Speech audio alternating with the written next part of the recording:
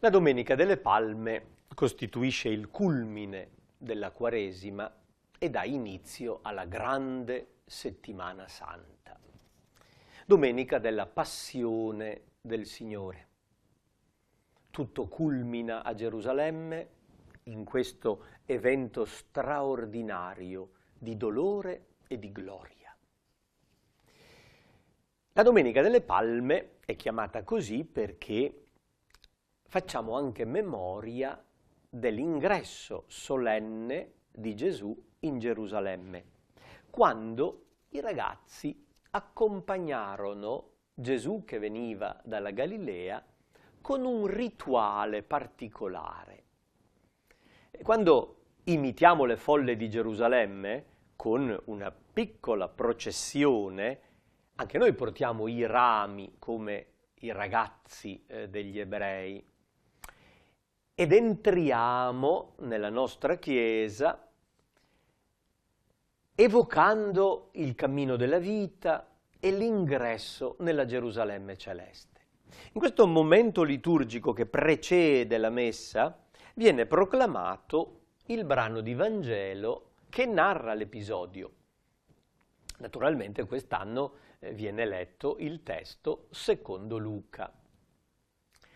Gesù arriva vicino a Gerusalemme, sul Monte degli Ulivi, e manda a cercare un asinello.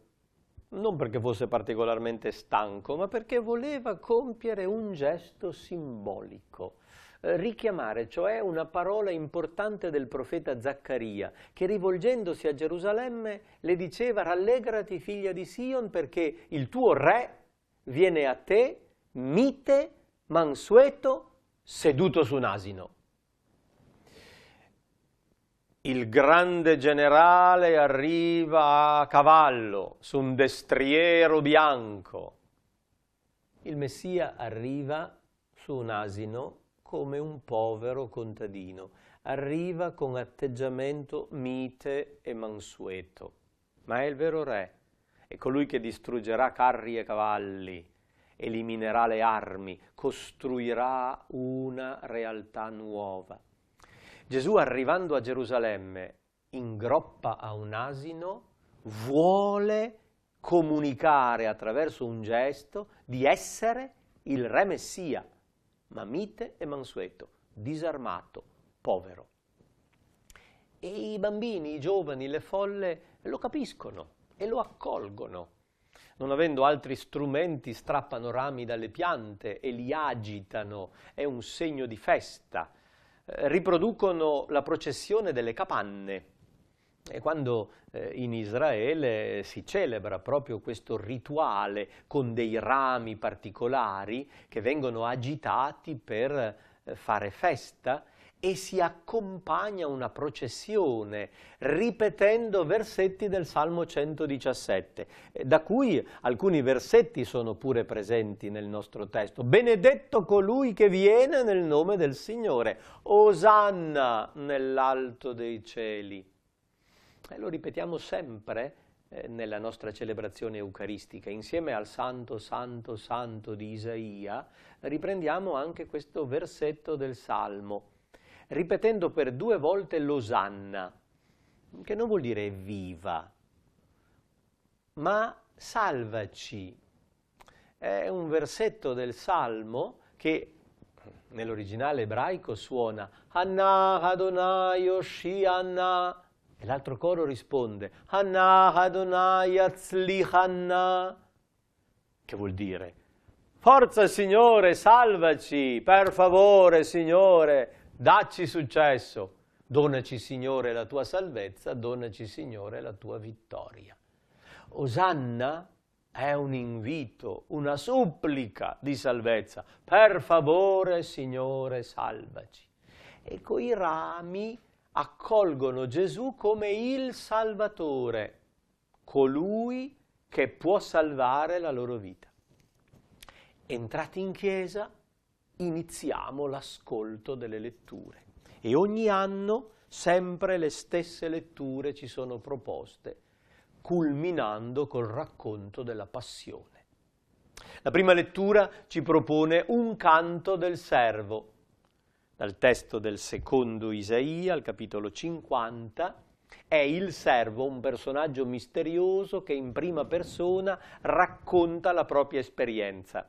Storicamente doveva essere il profeta stesso, profeta dell'esilio, vissuto oltre 500 anni prima di Gesù, che è stato perseguitato.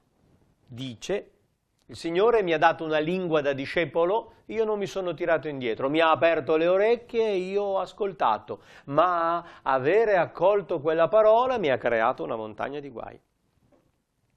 E di conseguenza ho presentato il mio dorso ai flagellatori, le mie guance a coloro che mi strappavano la barba, non ho sottratto la faccia agli insulti e agli sputi.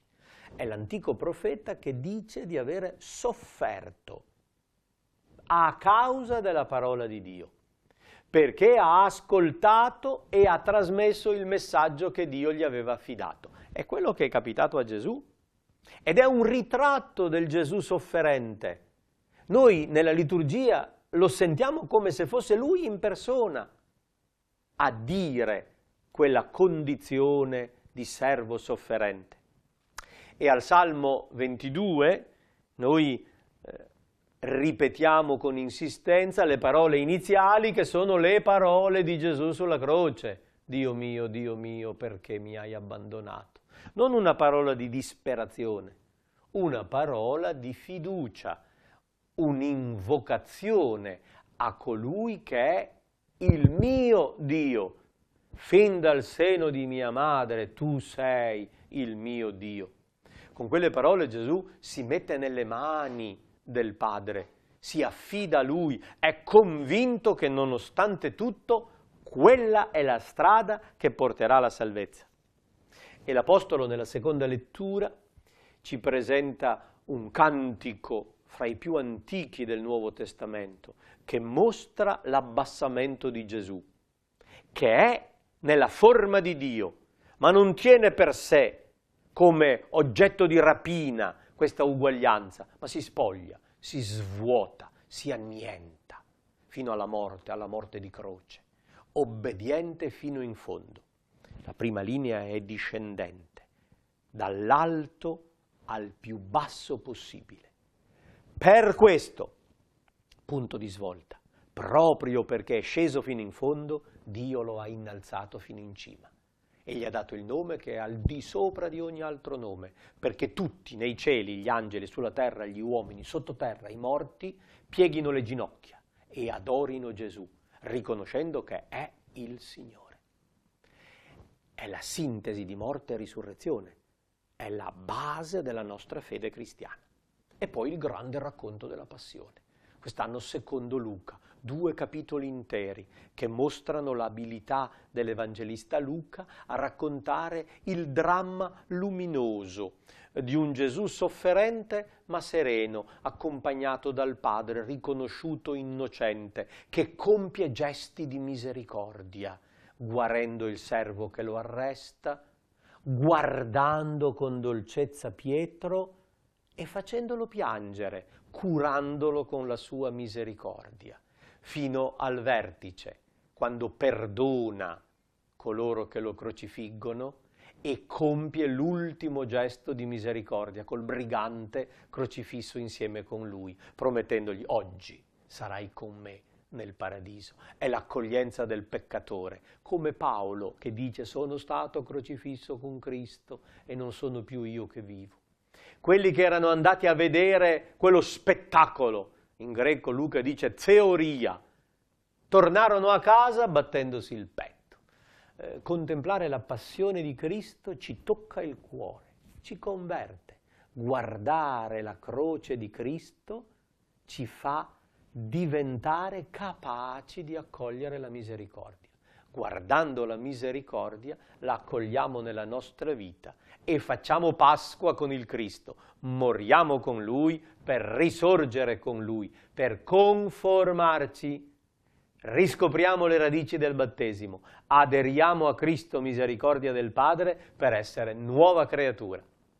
E sia una buona Pasqua, una settimana santa che ci porta a vivere la novità del Cristo risorto.